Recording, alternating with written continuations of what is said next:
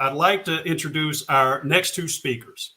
First up, you may recognize our special guest from his time setting records on the gridiron, or you may recognize him for his work that he does in underserved communities.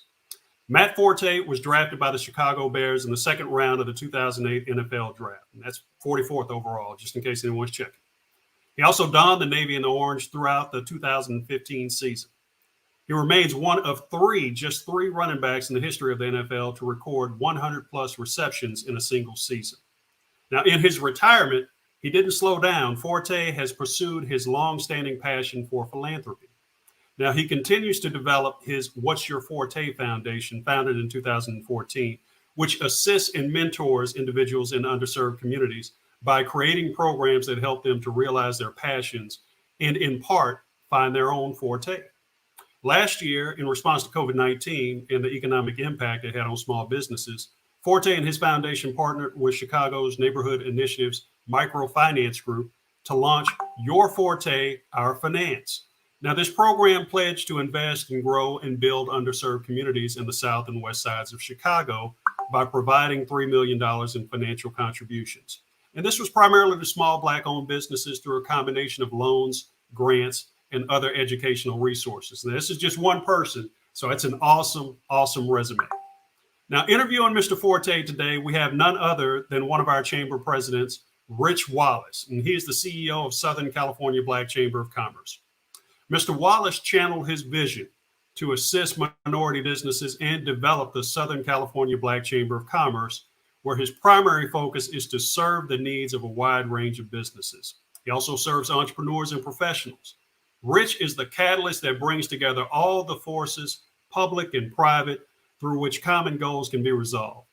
Now, perhaps he is best known for programs created to provide maximum benefits to the business community and professionals of Southern California.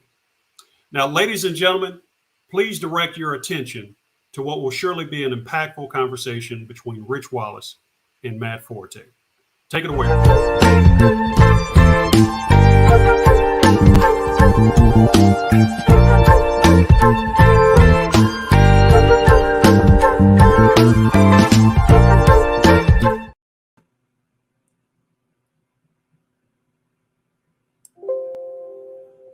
Well, hello, sir. How are you doing? Great to meet you, Mr. Forte, in this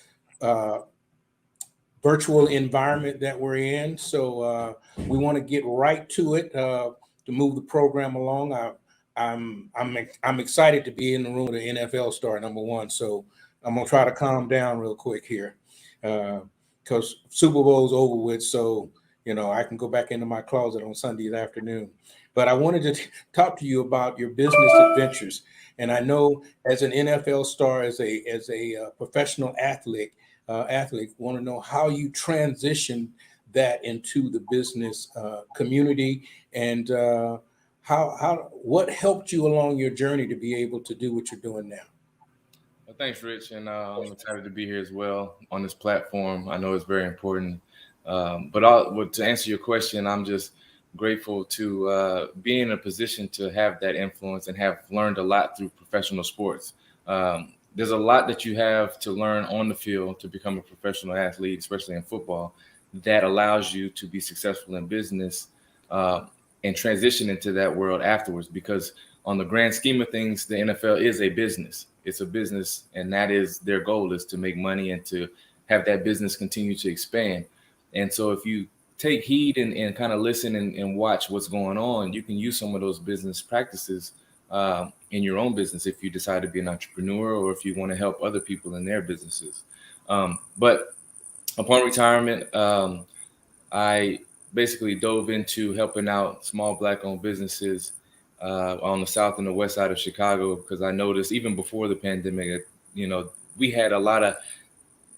didn't have a lot of access to capital, which is key in maintaining your business or kind of pivoting during struggling times like when COVID-19 happened, but then also to engage in other things like keeping up with the technology or marketing, social media marketing and things like that, or even having the to own that instead of paying rent, and so that you can create some income and not have so much overhead. So in all those things, I think discipline allowed me to kind of transition easily into that, but also other than that, with just being attention to detail. And you have to do that as a professional athlete. And I think that helped me both on the field, but then off as I transitioned out of football. Fantastic. And in playing, as you say, paying attention to details and making sure that you have what you need. Do you know, or could you expand on how that Black-owned businesses and businesses help thrive the community that we live in? Yeah. So in the Black community and Black and Brown community, small businesses help because those jobs are usually held by those people in the community. And so that those for those businesses to thrive, it creates those job opportunities that may or may not be in other areas, but then also the dollar stays in that community also. So a lot of times in today where you can online shop and there's a lot of areas where you can spend your dollar, but if you're spending them in small businesses that are within the community and they've been a staple there, everybody remembers growing up and going to that one corner store that was owned by Mr. So-and-so that they grew up with, and he knows all the kids and stuff. So it creates an environment that leads towards success, and it can also give people, vision. You see someone who owns something that looks like you say, hey, I think I can do that when I grow up too. That is fantastic. And that's what builds the communities, because we don't live in the same neighborhood. So our community is really spread it out now. So would you share as a co-founder how your organization actually works with SMB in Chicago? Yeah. So being a co-founder, me and my wife founded 828 Clothing, which she started back when we first got married, because she noticed that there wasn't a lot of great clothing for pregnant women.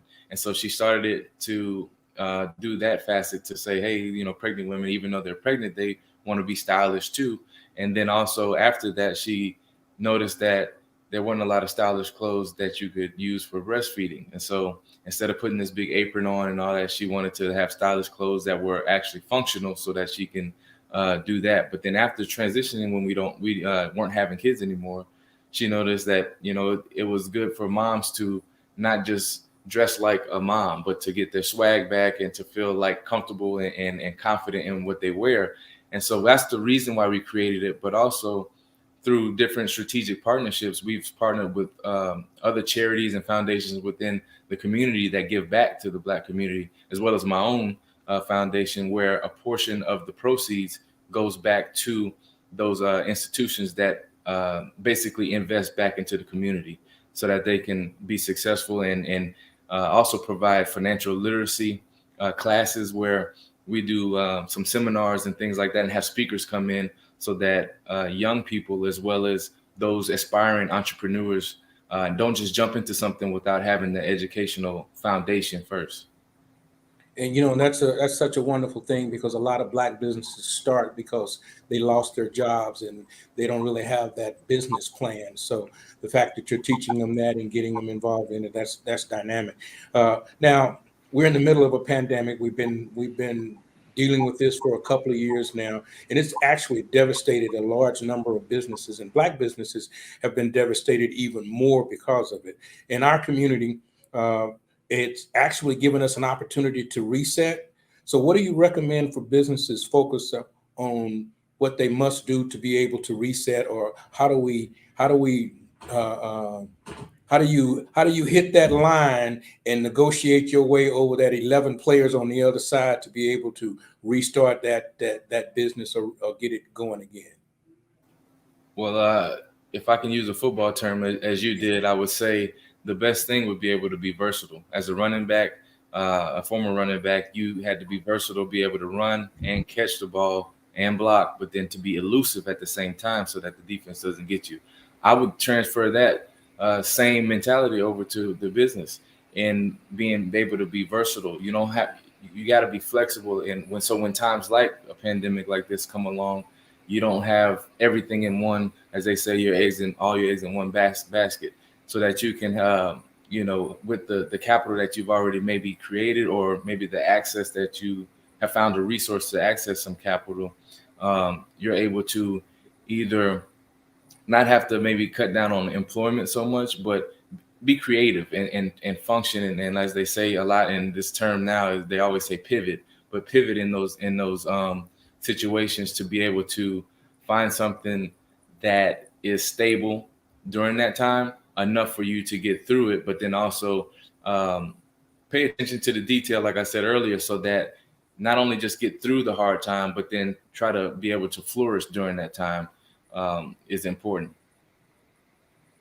All right, that's fantastic. Planning ahead is what it takes. I really appreciate your time here today to help small businesses. This is going to be played throughout the U.S. Black Chamber of Commerce, the Southern California Black Chamber of Commerce. So I want to say to you before we sign off that if you get to Southern California, holler at a brother and we'll go out to dinner someplace. So once again, I enjoyed it and I really appreciate you taking the time to be able to help and to speak to small businesses throughout the Southern California and the national region that the U.S. Black Chamber of Commerce reaches. Yes, sir. I appreciate it. And it's been a pleasure, man. And I'll take you up on that. All right. Thank you. Wow. All right. Everyone, please help us thank Mr. Wallace and Mr. Forte for an amazing conversation and insight into business and philanthropy and a little bit about football. So what I took away from that is to be versatile, to make sure that you use all of the resources available to you, stay flexible, and stay ready for whatever the pandemic or anything has to throw at you. So we also want to thank our sponsor for today's event, Visa, for their partnership and their commitment to USBC. We definitely appreciate your long-term partnership and your commitment to your mission and your vision and our mission and vision as well.